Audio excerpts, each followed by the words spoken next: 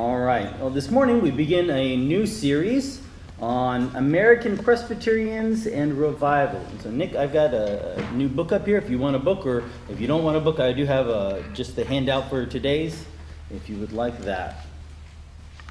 So, as we think about it, Christianity is able to exist in every imaginable political, social climate. Throughout history, it's been supported, it's been opposed, and yet it's flourished. The 19th century was a period of vast and rapid change when it came to Christianity. Christians in America had to navigate those changes, both inside and outside of the church. So in the series, Dr. Godfrey, which I don't think we've done a series with him yet, he does this survey of Reformed and Presbyterian history, specifically in 19th century America. And so he does this all to help the church today better navigate the changing world around us and to help us address some of the challenges we're going to face or are facing. So when Reformed Christianity first came to America, it came with a very long-held belief about cooperation between Christianity and the civil magistrate. For years and years and years, we've had the Roman Catholic Church, we had the Church of England, you have the Presbyterian Church there in Scotland, and there's a whole history between Charles I and the Solemn League and Covenant where the English Church comes in and tries to force the Anglican liturgy, the Church of England liturgy, on the Scots there, the Presbyterian Scots in Scotland. And there's a woman named Jenny who actually throws her stool at the pastor as he's preaching the liturgy and says, will you bring this liturgy to my ear? And there's a whole uprising there.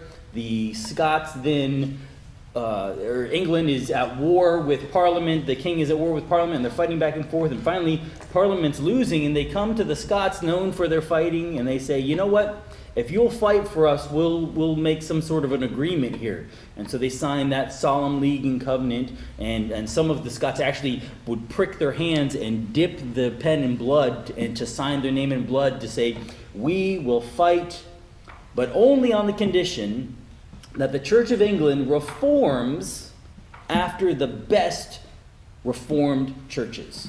And that's where we get the Westminster Assembly, who meet there in England there for 4 to 6 years. And they go through and they look at the whole of the church. And this is where we get our Westminster Confession from, the body, the documents that our church uses to govern. And so there's a whole history there. But then we come to the Puritans, and the Puritans saw the New World, which actually was right before the Westminster Assembly, and they see the New World as an opportunity not for just the right to worship, but also for a proper political and social system that would be supported by the church. And so in our first session here today, Dr. Godfrey is going to explain how, in spite of the Puritan ideal, early life in America, that colonial life, was the beginning of the end of what was known as imperial Christianity. And so that's our goal today, or our starting today. Today, you should leave here, hopefully, if you pay close enough attention, and he explains it well enough, you should be able to define what is imperial Christianity and give some historical examples of it. You should be able to trace Christianity's history in America and see the Reformed influence in colonial life, and then also explain the Puritan ideal and the challenges it faced both within and without of America and the church. And so those are kind of our goals for today. I thought this was a very apropos study, considering this is our 250th anniversary of the U.S. and its founding. And so I thought as believers it's great, especially as Presbyterians, to be studying, well, what does Presbyterian revival look like as it comes to our country here. So let's hear what Dr. Godfrey has to say. Well, welcome to a new study that we have. Well, that's not going to be loud enough.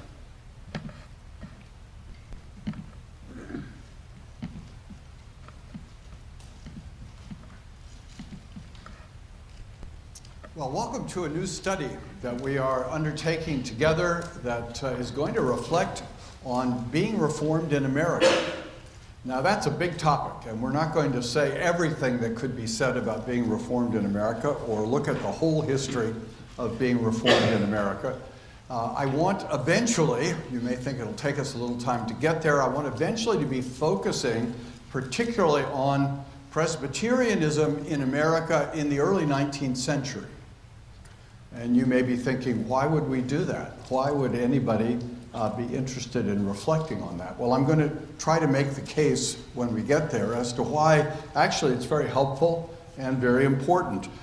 Presbyterians in America in the first half of the 19th century were living in a world of rapid transitions. And we live in a world of rapid transitions. And I think we'll find that as we study what people in the past have gone through in times of transition, how they've faced transition, where they've been successful in facing transition, where they haven't been successful in facing transition, we'll be helped in living in the world in which we find ourselves. So that's the practical aim, if you will, of what we're going to try to do.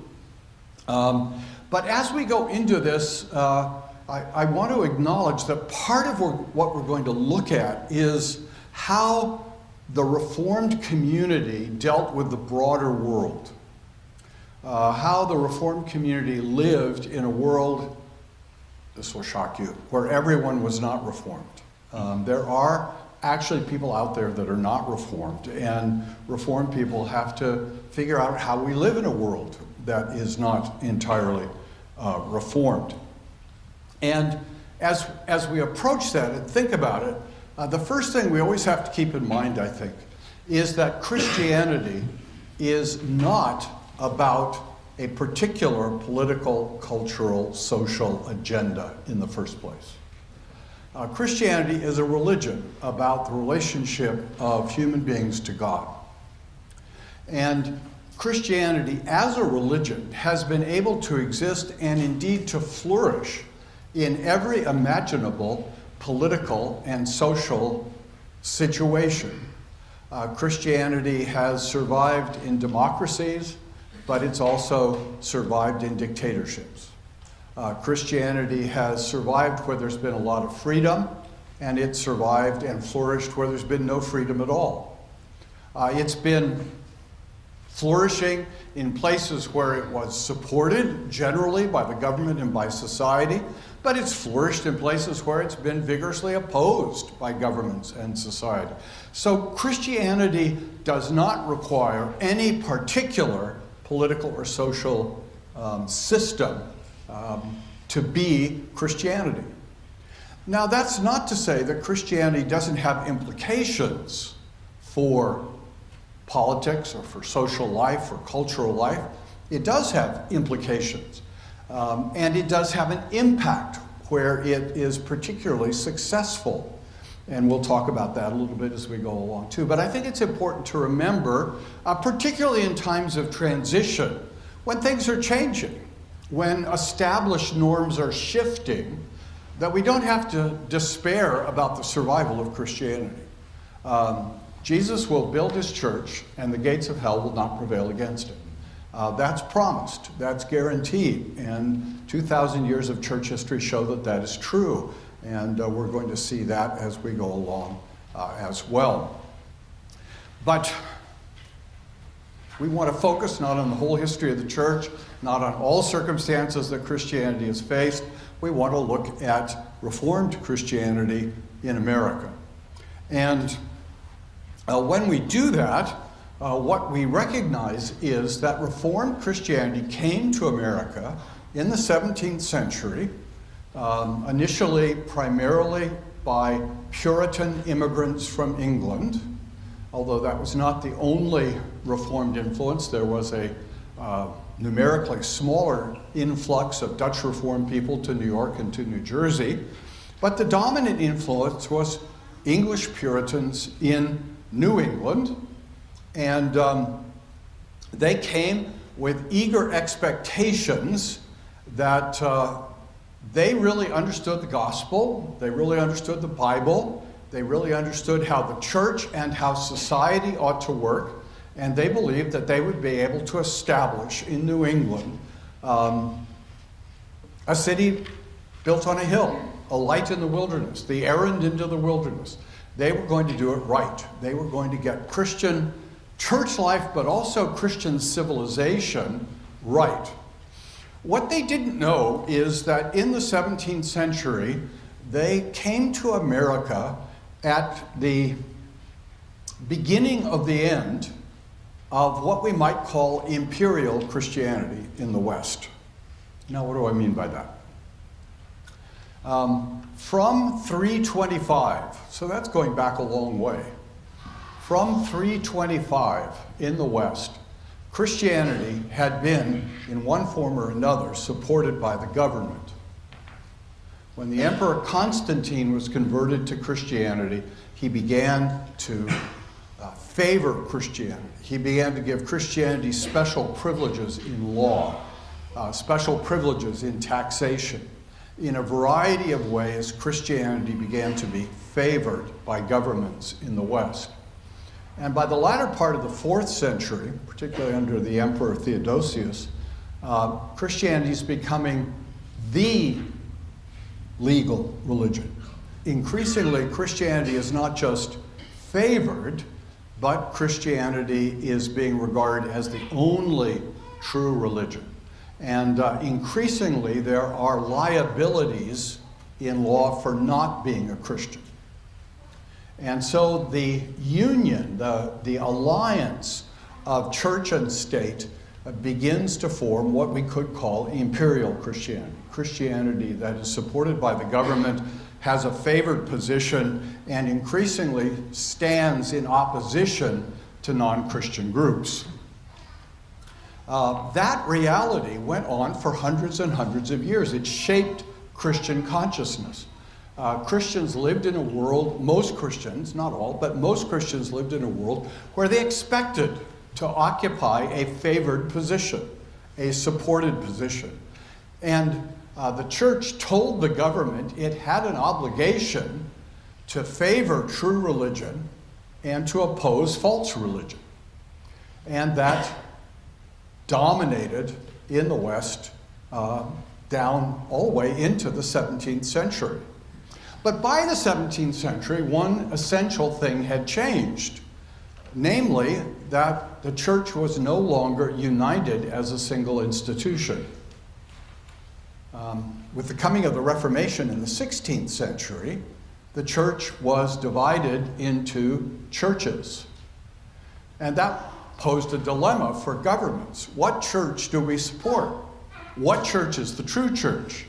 What organizations calling themselves churches now have to be opposed because they're false churches? And this 16th and 17th century dilemma caused extreme difficulty for governments and increasingly for churches. It led to what was known in Europe in the 16th century to wars of religion, where factions of governments would fight other factions of government in the name of one church or another church. And this tension, this liability, was a huge problem. It was a problem that the Puritans who came to New England, you probably thought I'd already forgotten what we were talking about. It's the problem that the Puritans who came to New England themselves had very personally experienced. They had tried to change the Church of England to make it more Puritan. They had largely been unsuccessful, and by the 1640s that led to a civil war in England, where the king was backing the fairly traditional structure of the Church of England, and there were political forces opposing the king who wanted a more Puritan church. And so there was civil war in England. And you remember that eventually the king was captured. Charles I was put on trial and was executed as a tyrant. So these political realities were very intense and very difficult. And the Puritans who came to New England, by and large, were particularly serious and committed Puritans who really wanted to see a new world. They not only came to the new world, but they wanted to create a new world. And they came still very much committed to what I've called imperial Christianity. Let me read from the Westminster Confession of Faith, chapter 23, on the civil magistrate. This is the original version. Those of you who may belong to churches that subscribe to the Westminster Confession of Faith almost certainly belong to a church that no longer holds to the original version. Did you know you're a bunch of revisionists? I don't know whether you feel good about that or not. But the original version of the Westminster Confession stated this imperial vision of Christianity very clearly. About the civil magistrate, the responsibility of the civil magistrate, we read in section 3 of chapter 23, the civil magistrate may not assume to himself the administration of the word and sacraments, or the power of the keys of the kingdom of heaven. Yet he hath authority, and it is his duty to take order that unity and peace be preserved in the church, that the truth of God be kept pure and entire, that all blasphemies and heresies be suppressed, all corruptions and abuses in worship and discipline prevented or reformed, and all ordinance of God duly settled, administered, and observed. For the better effecting whereof he hath power to call synods to be present at them, and to provide that whatsoever is transacted in them be according to the mind of God. Now that's pretty remarkable, isn't it? Think of the place you live. Think of your mayor, or of your governor, or of your president, and what would that mayor or governor or president do if he thought it was his responsibility to suppress heresy, to suppress false worship as a legal matter? There are not very many of us in America who would think that's an appropriate calling and responsibility and duty of the civil magistrate. But although in the 17th century there would well have been differences about which church ought to be favored and which church ought to be suppressed, almost everybody would have agreed with that statement. That was the duty of the civil magistrate. Church and state were in an alliance, in a union, to promote true Christianity. And the Puritans who came to America still very much believed that was what they were setting out to do. And the Puritans that came to New England, most of them, established a church. We always talk about separation of church and state as one of the great principles of the American Constitution. That's true. But the Constitution was not adopted till after people had been in North America as colonists for almost 2 centuries. And in the period before the adoption of the Constitution, certainly in the 17th century, most people here believed there ought to be an established church in the various colonies. In the more southern colonies, it was usually the Episcopal Church, the Anglican Church. But in the northern New England colonies, it was the Congregational Church. To be able to vote, you had to be a member of the Congregational Church. That is, to vote in a civil election. There was a religious requirement for civil involvement in politics. And those early Puritans thought that was exactly right. They would have said to you, you crazy revisionists, they would have said to you, what advantage can there possibly be in the government allowing false religion to flourish? What kind of sense does that make? It would be like encouraging the COVID virus. Viruses have to be suppressed. And the state, as much as the church, has a responsibility to vaccinate you against false religion. And so this was a common attitude. It had been the common attitude for centuries and centuries and centuries, for well over a millennium of Western experience. And so those attitudes don't change overnight. Those attitudes aren't even challenged in any very quick or immediate way. And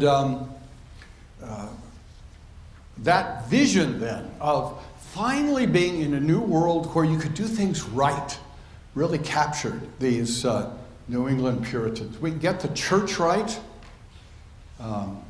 We'll be able to worship right. We'll be able to have the right doctrine. And we'll be able to have a political and social system that is right as well. And it was with great excitement then that they anticipated this and looked forward to this and labored to accomplish that. The trouble was that their ideal, as we stand back and look at their ideal had really insoluble tensions within it.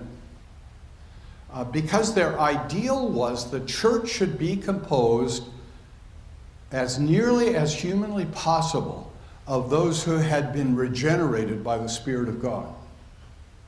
So you had to be able to meet with the leadership of the church and explain to them how you had come to believe that you were regenerate, that you were a genuine Christian. And only then could you be admitted to membership. That requirement led numbers of people in the society to wonder, am I really regenerate?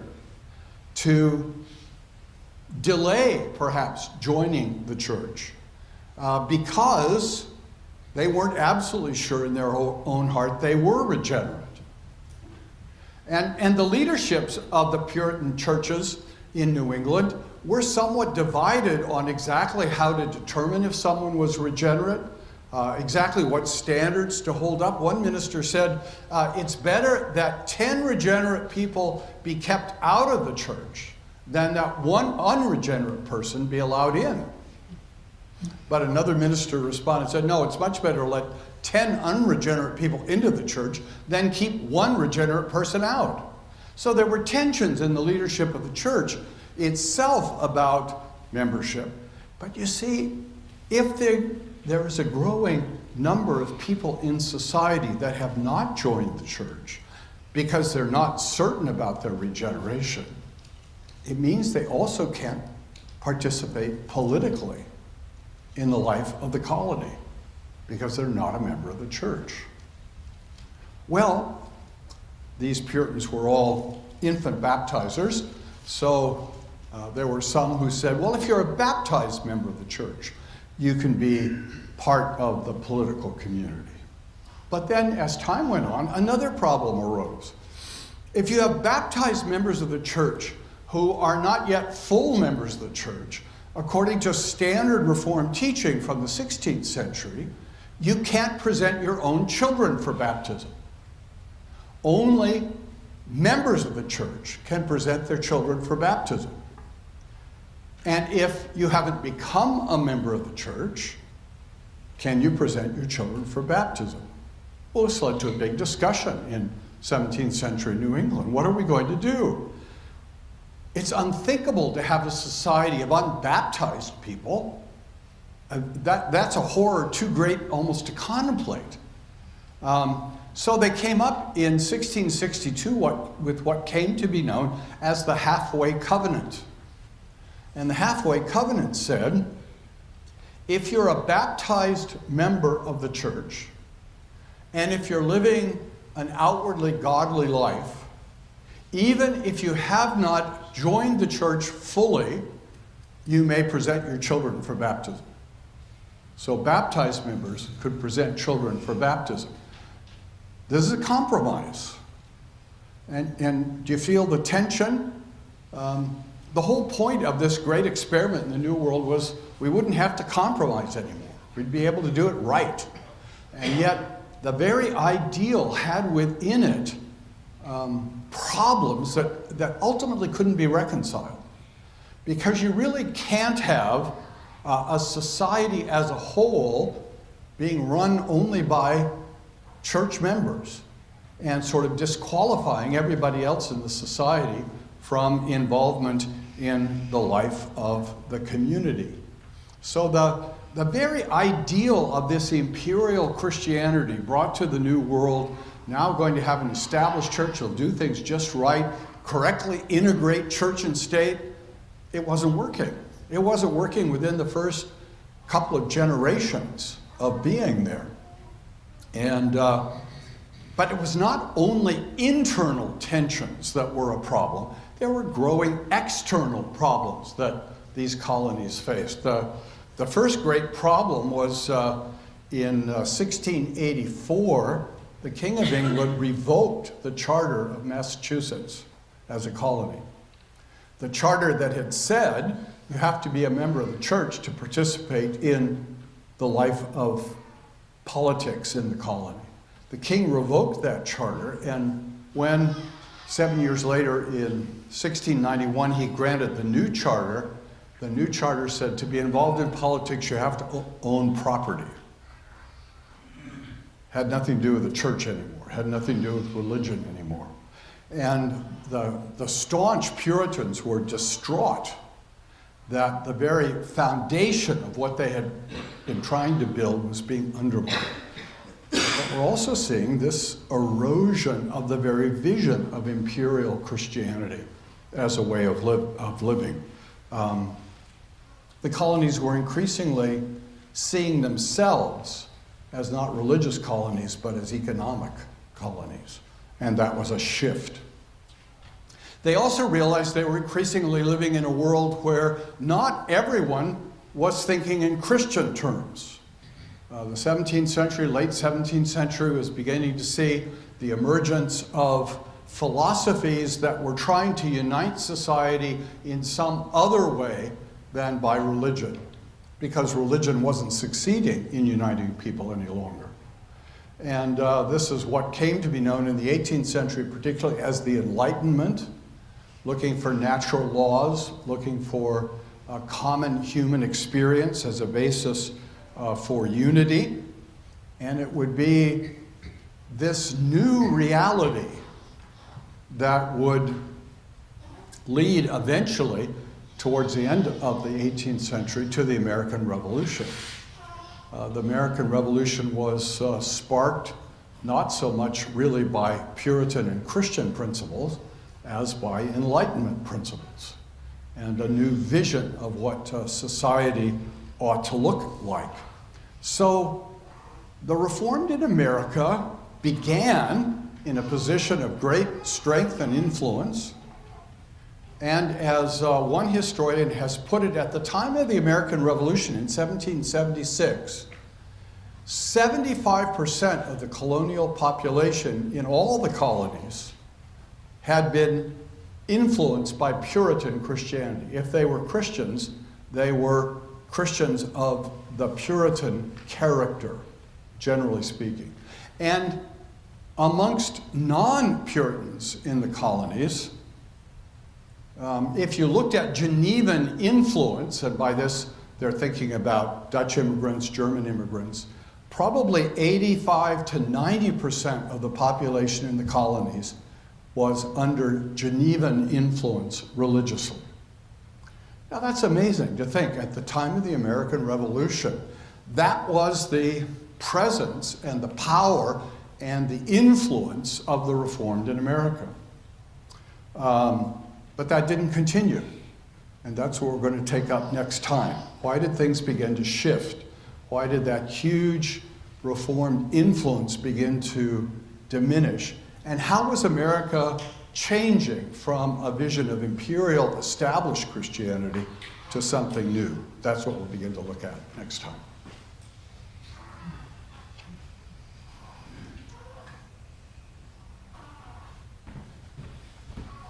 All right.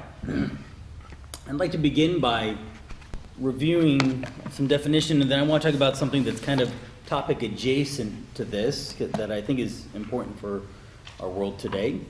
But imperial Christianity, how did he define it, or how do you define imperial Christianity? What do you think of when you hear that? No melding of church and state. Okay, a melding of the church and state. Nick? You kind of said the church that is favored by the government, and they're kind of making it a legal religion and the only religion where all other religions are opposed. Okay, the church is favored by the state. Any other thoughts?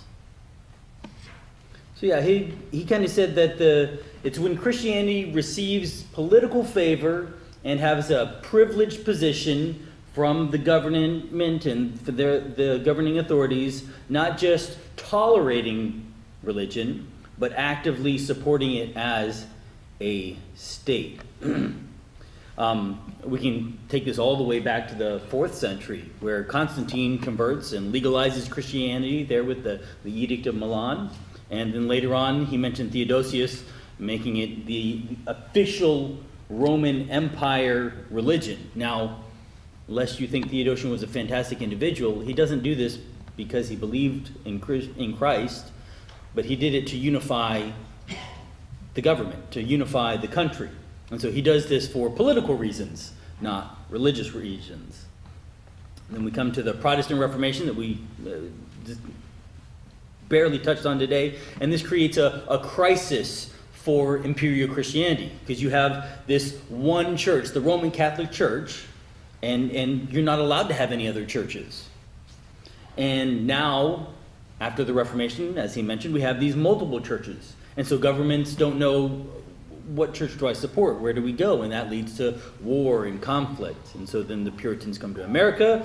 After experiencing the persecution that specifically came out of this, and they determined that they were going to build a society where specifically Reformed Christianity was established, where the church and the state are going to work together. Partly because this is the model, this is the only model they know. They've only ever seen the Roman Catholic Church working in conjunction with the state, as well as the state working in conjunction with the church. It was the way of the day.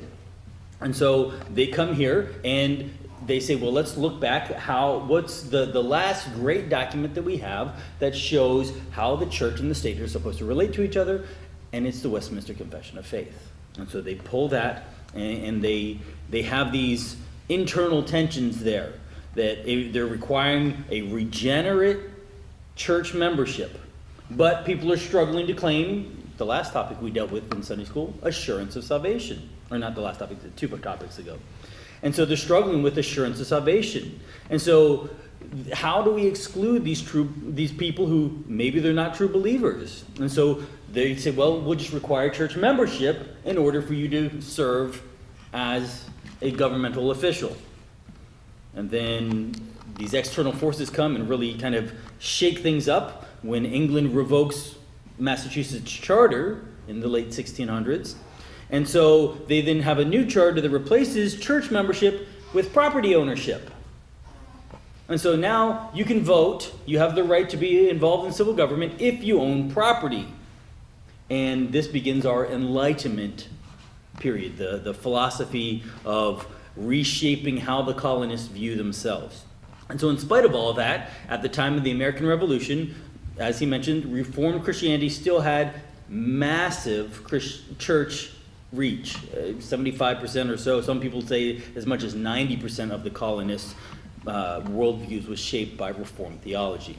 And so Christianity doesn't need political support to flourish, as we've seen and heard. It thrived under both favor and persecution throughout history. But I have a question for you. So before you watch this, what did you assume the relationship between Christianity and church government should look like? So what should the relationship between the church and the state, what should that look like? Peggy? The state should mind their own business. Okay, the state should mind their own business. Leave me alone. All right? Yeah, I was really surprised that they actually executed. Charles I? Yeah. They would actually take out and make sure that their ones were taken care of and the non-pious were in trouble, and I didn't realize they were that. Oh, yes. Yeah, very much so. Whoa. Anyone else? Ron? I call it benign respect. Okay? So, benign respect. Anyone else? So, did the lecture, I know Susie mentioned, maybe not change your assumption, but something surprising to you. Did the lecture change or challenge any of your assumptions, what you thought of before coming in? Okay. So, I read a Pew study that said 83% of Americans, and I think this was done in 2000, so about 6 years ago, and I know things change, but fairly recent. 83% of Americans say the government should not declare Christianity as the official national religion. In fact, only 13% supported saying the government declaring that Christianity was the official national religion.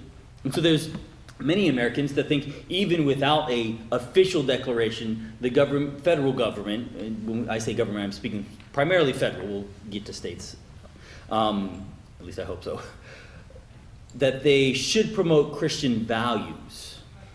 They say about half of the U.S. adults say that the Bible should have some influence on U.S. laws. Susie? Yeah, because our Constitution was set up so that if people don't have moral, ethical, kind of Christian values, it won't work. Yeah, exactly. I don't remember if it was Adams or Jefferson who says these laws are for a good and moral people. If you're not a moral person, it's why do you lock your doors? My church office over here, I'm constantly locking myself out of it because I walk out and I forget that I've taken my keys out of my pocket and I lock myself out. But why do we lock that door? There's a window right there that any intelligent person could easily knock out a little pane like this. There's a rock on the ground just outside the door there that you could very easily knock that pane out, reach your hand in and unlock the door and just walk in. Why do I lock the door then? Well, it's Our society is immoral. because by and large, laws are created for a moral society, right? It's there to keep the honest people honest. If you're a dishonest person, you're going to find a way. Even if I put a full metal slab door there, you can find a way in through that. Maybe drill through the wall or anyway. If you're bent on doing wrong, you're going to find a way to do it. And so our laws are written for people who essentially have a moral character and who believe that it is right to do right and wrong to do what is wrong. But that brings us to the question of, well, how do we know? How do we know what's right? How do we know what's wrong? And we would say, well, we have an ultimate standard for that. The Bible. We look at the Bible. And so Christians' cultural influence, by and large, though, is seen as shrinking. Approximately 80% of U.S. adults say religion's role in American life is shrinking. And this is the highest ever recorded by Pew surveys.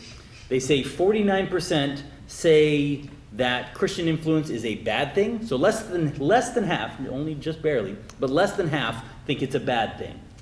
But that doesn't mean that more than half think it's a good thing. 48% of adults say significant conflict between religious beliefs and mainstream America exists for them personally. So almost half say that there's a strong conflict between what they believe and American culture by and large. So that number actually comes from just last year, where in 2020, 42%, so it's up 6%. Only in 2020, only 42% said that their beliefs conflicted, or that mainstream American culture conflicted with their belief. So we've got a few minutes here, but I'd like to address the issue of Christian nationalism. Does anybody know or have an idea, when I say Christian nationalism, what do you think about? What comes to mind? Doug Wilson. Okay, Doug Wilson. Doug Wilson is one of the probably most well-known Reformed individuals who's very strong on Christian nationalism. And I actually pulled his definition of Christian nationalism because he's so vocal about it. Doug Wilson. Now, I'm not putting him out there as necessarily somebody that you want to follow. He has some very good things, but we'll get there, I think. Aaron, I saw you opening eyes wide about Christian nationalism. Any thoughts here on what Christian nationalism is? How would you define it? Well, I've only recently become aware of the concept itself in general, but as I understand it, Christian nationalists believe that America was, in a way, divinely ordained at its founding, and we founded it being Christians and designing our laws and everything around Christianity, and that in some way our country is ordained specifically by God Okay. as a Christian nation. All right, so that's one way that people define it. So if we define Christian nationalism as America was founded as a Christian nation and should remain one, probably most of us here would agree with that. We would say that it was found, at least on the principles of the Bible, even though we don't have scripture references throughout the Declaration of Independence or the Constitution, we would say the principles that are there came by and large from scripture. And if at the time 70 to 90% of the country is influenced by, especially Christianity, particularly Reformed Christianity, then we can't say that it didn't have an impact. However, the definition that I drew from Doug Wilson is this. The American nation should be a Christian theocracy, and that the government should take active steps to keep it that way. Now, so when we say theocracy, what do we mean? Because there's also a whole slew of definitions for this, depending on who you talk to. When you hear the word theocracy, what do you think? Biblical rule. Okay, biblical rule. Yeah, democracy, but religious. I mean, it's a play on the words, but it's one religion. Okay. Isn't it basically what Israel was in the entire Old Testament? I mean, the government and everything was completely built around their religious laws and doctrines and everything that were set forth by God. So, yes, you and your mom have both actually hit the two kind of the dividing things here. So, theocracy, the word is actually comes from two different Greek words, theos, which means God, all right? And the other word is kratia, which means government. And so it describes a place that exists under the governance of God. Historically, it's been used to describe a place that exists under the governance of those who believe in divinely appointed leaders. And so a democracy is under the governance of the people. Demos, people, kratia, government. So when we get to theocracy, it's a traditional term that's used to describe a people under the governance of God's law, like Old Testament Israel. And so we have two terms here that kind of compete with each other. You have the term lex rex. I have a couple of Latin scholars here. Asher, do you know what lex rex means? No, Phoebe, do you? law of the king. Okay. Not of the king. It's not genitive, actually. So lex is the word for law. Rex is the word for king. So now, does this mean the law is king, or does this mean the king is law? Lex rex means the law is what's king, that the king is to be subordinate to the law. The law is the greatest moral level in the land, and that the king has to obey the law. Now, the competing idea is not lex rex, but rex lex, that the king is law. And this is what we had in England initially, and this is where the fighting comes, where the king says, no, I'm above the law. I can do whatever I want, essentially. And even if the law is moral and good, I can do whatever I want because I'm king, because I'm divinely appointed. Charles I believed in what's called the divine right of kings, that God has appointed me, and because of that, I can do no wrong. I can do whatever I want, and you have to do what I say because of that. However, if we look at the Old Testament, even under the monarchy, Saul, David, they had a monarchy, right? The king is in charge. However, even there, the Old Testament kings, it's a very unique setup. Because Israel's monarchy is not like the monarchy of the other surrounding nations. It's not like the Amorites or the Amalekites or the Philistines. In most nations, the king is law. The king is the ultimate authority. But in Israel, the law of God is what was king. It was greater than the king.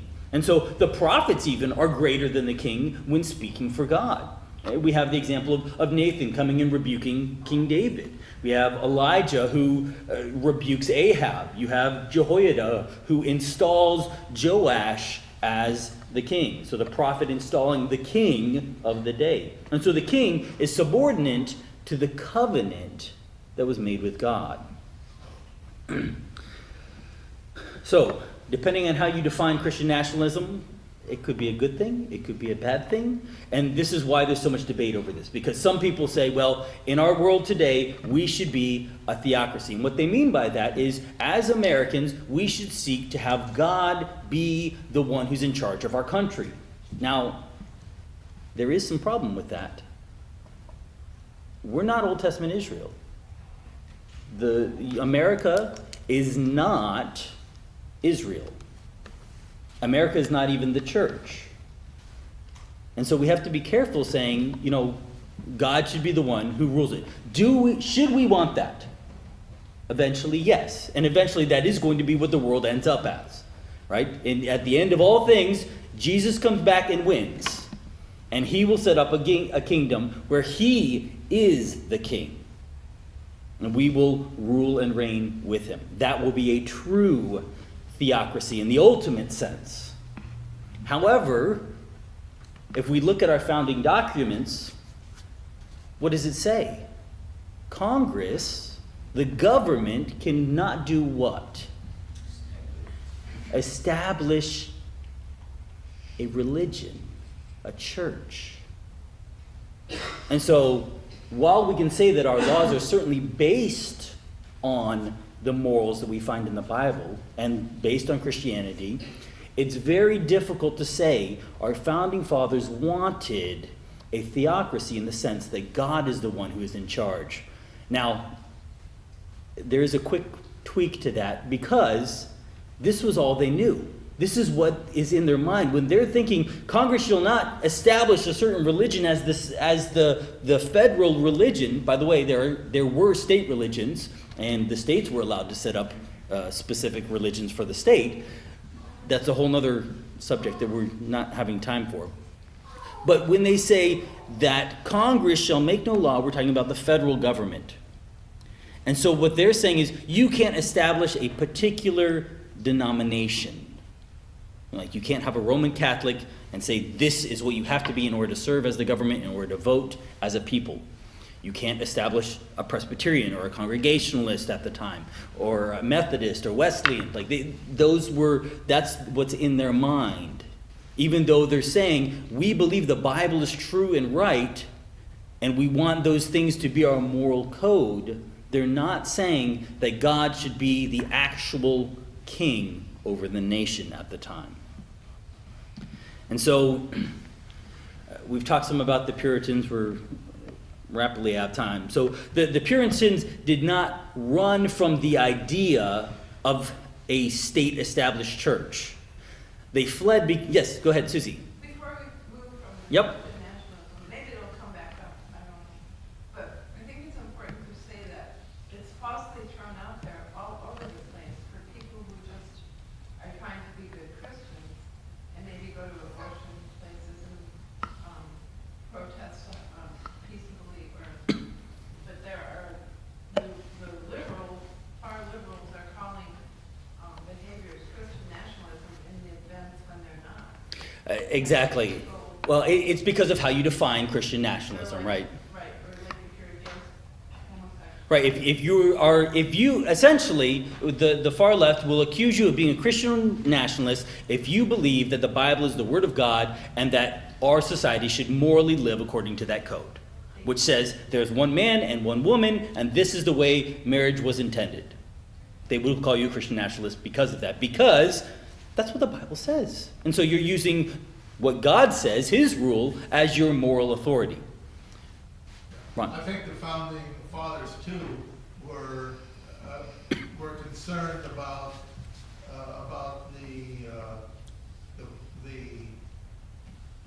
problems or the what was going on with the king being in charge of the Church of England and the all of the stuff that was going on with it. Absolutely. Wasn't necessarily moral. Yeah, like I said, because the king as the head of England, the king is the head of the Anglican Church at that time. He said he is the head of not only of the state but of the church as well, and that's one of the things our founders were certainly reacting against. And because if we say this man is head of the church and he's focused, so who's head of the church? Christ, absolutely. Christ is the head of the church. And so if we put a man as the head of the church, we now have a lesser standard who can sin, who can fall, who is flawed, especially if he's dividing his focus on political things and religious things. And so they're certainly reacting to that.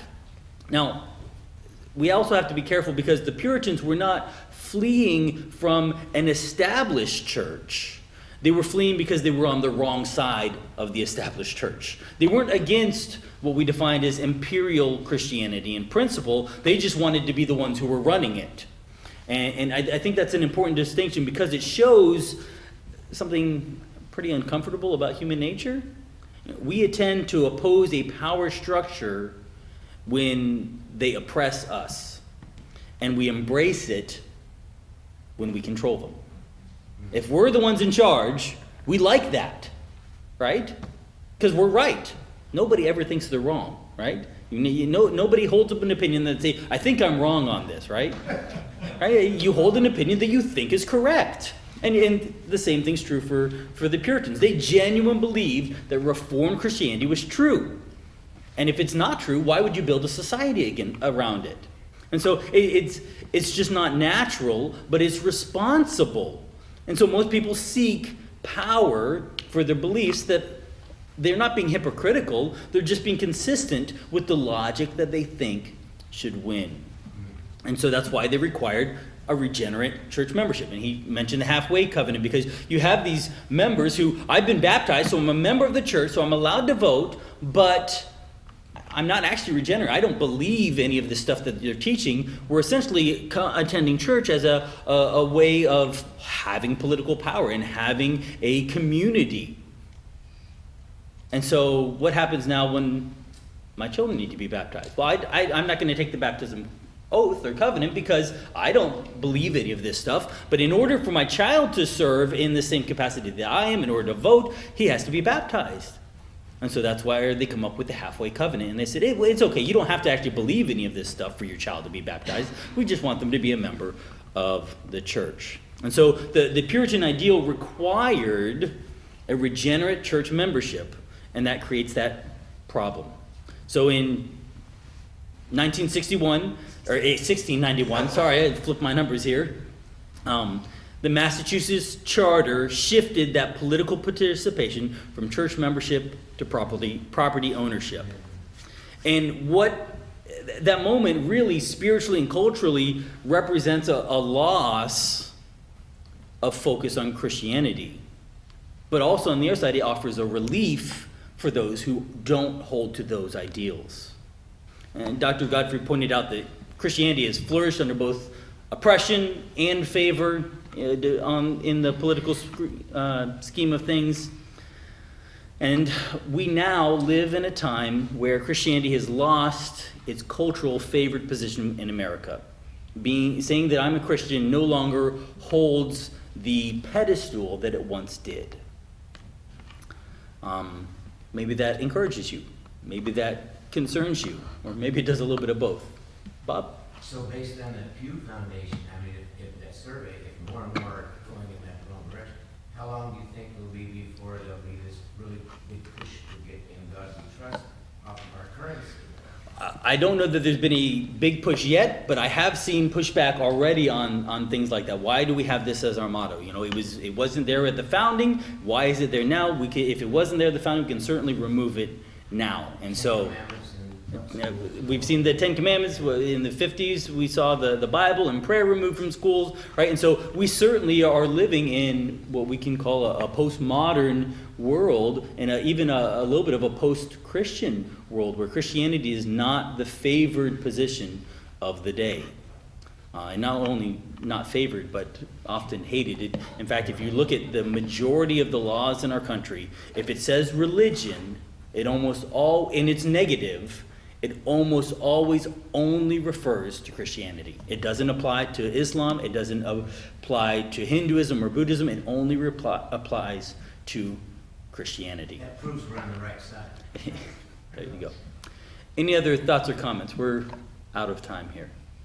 Aaron?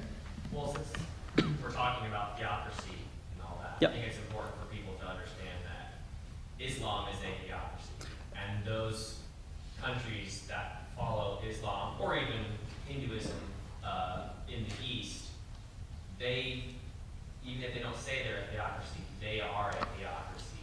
And you can see how, because they have a bad moral baseline for their theocratic laws, how people become very oppressed.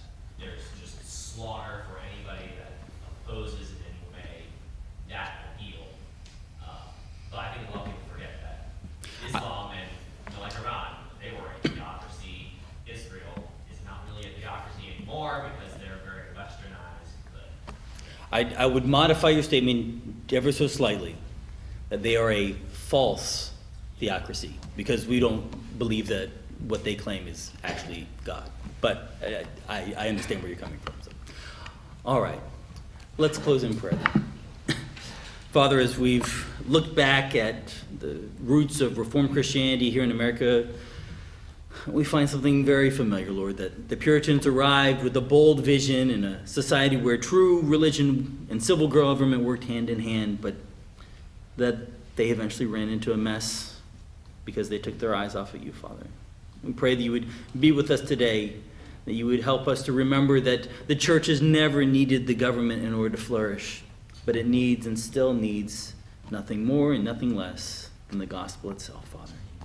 That you would help us to look to you for our strength and our encouragement. In Christ's name, amen.